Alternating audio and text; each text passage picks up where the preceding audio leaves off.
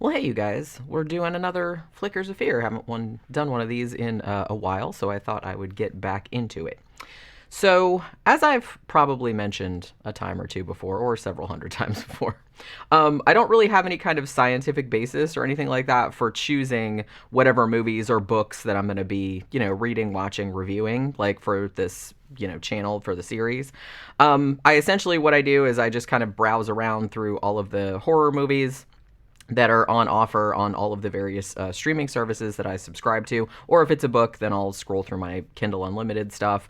And I just kind of pick whatever looks interesting at that particular time and for whatever particular mood that I happen to be in that day. So when I came across this little film called Isolation, while I was scrolling through the movies on Shudder, like I think it just got added like maybe last month or something like that, I basically just picked it. The only reason I picked it was because it had Essie Davis in it, who horror fans obviously will recognize from The Babadook from 2014. And it also had Sean Harris, who was in the excellent 2018 film Possum, which I think I reviewed a little while back. And he also played Ian Curtis from Joy Division in probably one of my favorite films of all time, the 2002 film 24-Hour Party People, which is about the Manchester music scene of the 70s and 80s, and it was directed by Michael Winterbottom. So he played Ian Curtis in that. So the two of them are in it, and I'm like, all right, I'm on board. Now, I actually didn't realize until I was researching this video that Isolation is damn near 2 decades old at this point, which kind of blew my mind a little bit. It was actually released direct to DVD, like way the fuck back in 2005. And I'm going to say, like, to its credit, I had no idea, like, while I was watching it, that it was that old. Especially because Essie Davis, like, I just saw The Babadook again, like, pretty recently, and she doesn't really look that different in The Babadook, which was 2014, than she did in this movie, which was 2005. Like, at least not enough for me to, like, notice, like, a massive age difference. So that's why I think I was kind of surprised that this is as old as it was. But yeah, so it kind of threw me for a loop a little bit. But it doesn't really make any difference that it's 2005. Like, there's nothing in it that it's like, oh, the cell phones are old, because it's not like technology based. So I guess that's why I didn't really notice. But aside from all that, so Isolation is actually an Irish film, and it was directed by a guy named Billy O'Brien. This was actually his the first movie that he directed, his feature length debut, and it actually, I believe, got Best Director and Best Film prizes at that year's Fantastic Fest, like when it came out at that. Now, O'Brien actually went on to make another movie, 2016's I Am Not a Serial Killer, and that actually has Christopher Lloyd in it. Now, I haven't seen that, but I watched the trailer and I'm like, oh, that looks pretty good too. So, I mean, I liked this one, so I might like get around to watching that one for, at some point too. And, for a first feature, like, Isolation is pretty solid. I don't think it's like necessarily anything to like rave about or go completely nuts over or anything like that, but it is like a really good, like, atmospheric, kind of low-key movie with some really great acting performances. It has like this really dour, like grim tone to it, which I dug. Has some like decent grue. It's not like, super, super gory, but it does have some good effects in it. And it has like kind of a mystery that sort of keeps you invested like during the entire runtime. Now it does have, I kind of feel like the ending, like the payoff is pretty satisfying, but it's pretty predictable. Like, if you know anything about horror movies, you kind of know like what's going to happen at the end, but I don't think that was to the movie's detriment. So to get an idea of like the ballpark of like what this movie is like, imagine if, John Carpenter's The Thing, and Alien, Ridley Scott's Alien, being kind of agriculturally crossbred with like a 1970s eco horror, you know what I mean? But without any of the unintentional hilarity that last clause might apply. Because, I love 70s eco horror because that was like a big thing, but some of them were like pretty cheesy and like over the top, and this one is not really like that, but it does have a similar kind of structure and a similar kind of setup to like a 70s eco horror, but it's played seriously and it's not cheesy, you know what I mean? So that's kind of like the vibe that it's going for. I mean, the only real beef I have with the movie, is the title. I don't love the title. I mean, because it's like pretty generic and it doesn't really have all that much to do with the plot. I mean, other than the whole thing taking place on a real remote farm, like with only a handful of characters.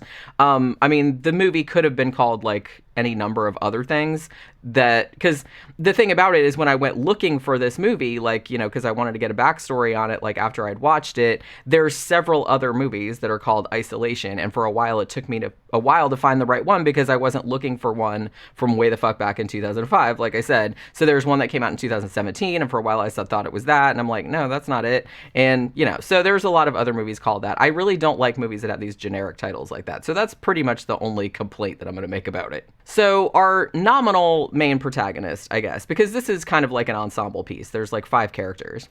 So, you know, the main protagonist sort of is named Dan, and he's played by John Lynch, who I've seen in like lots of other things. Now, he owns this farm where the whole thing takes place. And it's kind of like, you're led to assume that it's kind of like a failing operation, and it's way out in the fucking back end beyond, somewhere like in Ireland. Now, we learned pretty early on in the movie that because the farm has been failing, that Dan has been taking money from some kind of shady, like, genetic science outfit. I'm assuming they're shady. They are always shady in these kind of movies. So this outfit is, like, experimenting on one of his cows. Now, for a long time, we don't know exactly, like, what this experiment entails, like, what their end goal is or anything like that. But because this is obviously a horror movie, you know that whatever the shit is, it's, like, not going to be good. Now, this suspicion that you have is confirmed shortly afterward during a visit from the veterinarian, whose name is Orla, who's played by Essie Davis. Now, the veterinarian is, like, assisting the main scientist, whose name is John, who's played by Marcel Iures. I think he's Romanian. I'm sure I'm pronouncing his last name wrong, so I apologize for that. And there's kind of like they don't go too much into this, but this is just kind of like a little side thing. But I'm pretty sure that Orla, like the veterinarian, is fucking the scientist. But it's like I said, it's not a subplot or anything like that. It's just kind of like brought up. I think it's also further implied that Dan, the farmer, and Orla used to be a thing too, because Dan seems like awfully upset or like too invested in the fact that Orla's new situation of her like knocking wellies with the scientist possibly, and you know, and she's kind of like, hey, that's none of your business. So I thought, well, maybe they had a thing before, like maybe that's his ex-wife or something like that. Like I said, they don't really go into it, and maybe I'm making like way more of it than the movie did, obviously, but it was just something I noticed, and I was like, I was interested like why they didn't do a lot with that. Like they just kind of brought it up, they didn't do a lot with it. So anyway, so Orla comes out for the veterinarian visit, you know, on behalf of the scientist. And she has her hand, you know, kind of strategically inserted up the test cow's cooch there.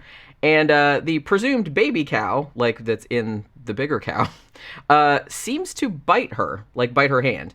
Which, you know, for those not super familiar with cows and their offspring, is not generally something that a little calf, like in utero, would be doing. I mean, that I know of. So, Dan is just kind of like, what do you mean it bit you? It's like, that didn't happen. Maybe you just like cut your hand, or maybe it was like, you know, the bones compression or something like that. Because it was just like a kind of a crescent shaped like cut on her hand. But Orla is like, yeah, maybe so, but she's not really sure because she's kind of more privy to whatever this experiment is. And so she's starting to wonder if John, the main scientist, if his, you know, still unrevealed to the audience experiment is kind of going drastically sideways. Spoiler alert, it is. So meanwhile, there's also kind of like a wild card element introduced into the story in the form of 2 travelers, I guess they would call them. So Jamie, who's played by Sean Harris, and his girlfriend Mary, who's played by Ruth Negga. And they're both kind of like, they don't go a lot into this either, but this is kind of just like mentioned. I guess they're sort of on the run from Mary's brothers because they don't like that she's dating a traveler, or I guess they think he's a bum or something like that. So they're kind of like chasing them or like coming after them with the implication that they'll kick Jamie's ass or kill him or something like that if they find him. I'm not really sure. Like I said, they don't go super into that. And I don't think that they never show up or they never factor into the story. So the travelers have parked their caravan or their trailer, you know, whatever. I know it's caravan in the UK, but over here we would probably say trailer that they've been living in. And they've kind of parked it right on the periphery of like Dan's land, like right outside of his gate. Now, because the experiment that is going on Dan's farm is supposed to be top secret, John, the main scientist, he wants these travelers like out of there before they see something they shouldn't see. And Dan, the farmer, isn't really a big fan of these random people, like, being on his land. Even though they're not technically on his land, they're just, like, right outside his gate. But they're still, like, right there, like, right at the end of the road that leads to his farm. So he basically is just like, well, you guys got to get out of here. So he gives them, like, a day to clear out. That night, though, the experimented upon cow, the one with the little calf that was biting, goes into labor. And Dan discovers that he can't extricate the calf from its mother by himself because the little fucker is stuck in there. And, like, I don't know how accurate this is because I didn't grow up on a farm or anything like that, but is it the case that sometimes the calf does, like, get stuck in there? Which I assume, yeah, it does happen. But Dan, on his farm, he has, like, a winch type situation, like, I guess, just in case. Like, you know, you tie the ropes around the little calf's legs and, like, just pull, like, with the crank and everything like that. I'm like, holy shit, that is fucked up. But yeah, so he does that and he still can't get the calf out. Like, it is really fucking wedged in there, right? So he actually is forced to, because there's really nobody else around. He has to go and get the traveler, Jamie, to kind of help out with the operation.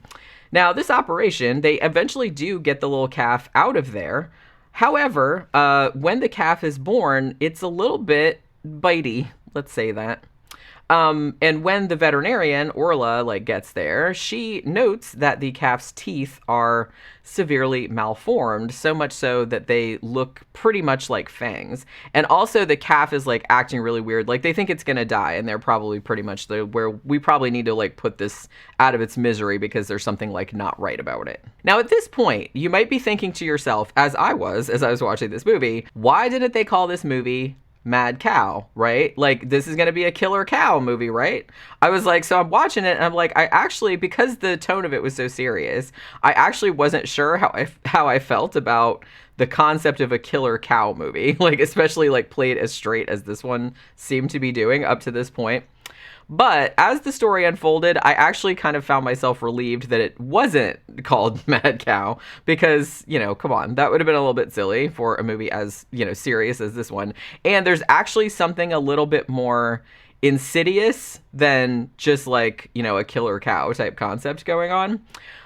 Isolation, in fact, eventually becomes something like kind of like an infection style horror more than like a monster type thing. But it does have like a little bit of like a mad scientist, a little bit of a monster movie thing going on too, but not like a killer cow type of monster, if you know what I mean. So I don't want to spoil too much about what this experiment involves and like what the horrible outcomes of it are, like what exactly went wrong with all of the wanton genetic engineering that John was tinkering with in poor Bessie's womb there. But suffice it to say that the 5 people that are stuck on this godforsaken farm are kind of in for a pretty bad time. So this movie is actually, it was, you know, it had a very, very gripping narrative, had obvious nods to The Thing in particular, and I really kind of liked the more modern, serious take on the eco-horror films of the 1970s, because like I said, you know, as much as I love those, a lot of them were like super, super cheesy. They were like all these kind of like, you know, I hate to use this term, but like a lot of like has-been actors or like past their prime actors, like being in these things, like reacting to like ridiculous, you know, it just got ridiculous after a while, like Night of the Lepus, like killer giant bunny rabbits and shit like that. So I was kind of afraid that this was gonna go that route, but like expect us to take it seriously, but it doesn't, so like don't worry about that. Now the cast of this is very small. Like I said, it's basically only 5 people. I think you only ever see one person, like in other scene, like a cop or something. So, and the characters don't get a hell of a lot of development, but there is like just enough there, like just with little offhand remarks and stuff like that, that there's like, you know, hints of like a larger story or like larger character development there. So you do kind of get invested in them as people, as they sort of like try to figure out what's going on this farm and what they're going to do to stop it. All the acting obviously is outstanding, you know, pretty unsurprising given the pedigrees of those involved. This has a lot of really great actors in it. So, I mean, the story isn't anything particularly new. And like I said, the ending probably won't be, you know, the little twist ending or whatever. It's not necessarily a twist, but you know what I mean? Like the little gotcha ending.